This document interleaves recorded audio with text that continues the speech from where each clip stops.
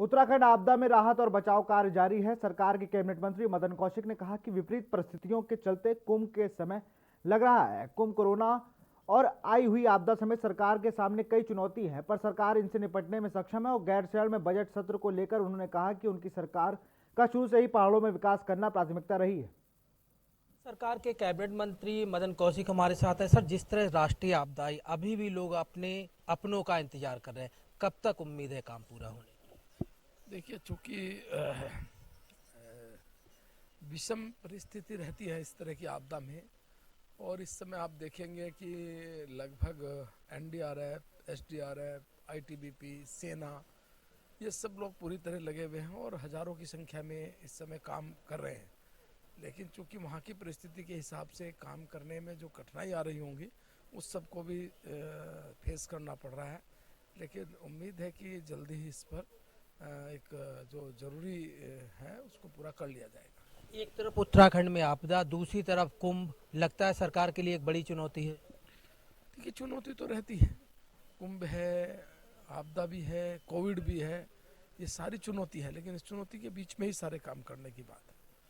ये भी सवाल उठ रहे हैं कि जिस तरह से हिमालय के साथ छेड़खानी की जा रही है, पर्यावरण प्रभावित हो रहा है, क्या लगता है आप जो विकास कार्य हो रहे हैं पहाड़ों पे, उनकी भी समीक्षा करने की जरूरत है? क्योंकि लगातार उत्तराखंड कई बार इस तरह की घटनाओं की चपेट में आ चुका है। देखिए, दो तीन चीज़ें हैं। उत्तराखंड ऐसा राज्य है जो अंतर्राष्ट्रीय सीमा से लगा हुआ राज्य है। चाइना से बहुत बड़ी लंबाई में सीमा जुड़ी हुई है, नेपाल से जुड़ी हुई है।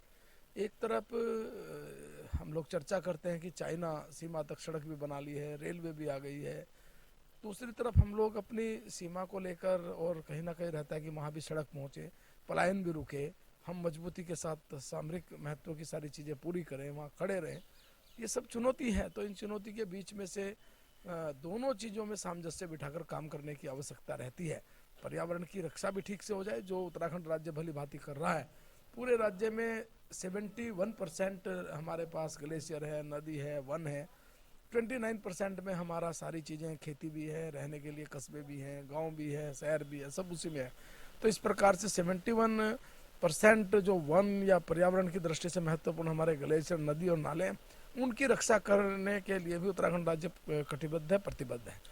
पहाड़ों के भी विकास की आप लगातार बात करते हैं। गैरसैंण में इस बार का बजट सत्र, आने वाले दिनों में चुनाव, किस तरह देखा जाए?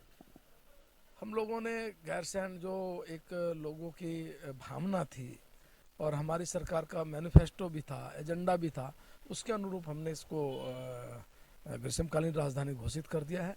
और अब चूंकि घोषित करने के बाद 25,000 करोड़ का भारी भरकम बजट अगले कुछ वर्षों में खर्च किया जाना है।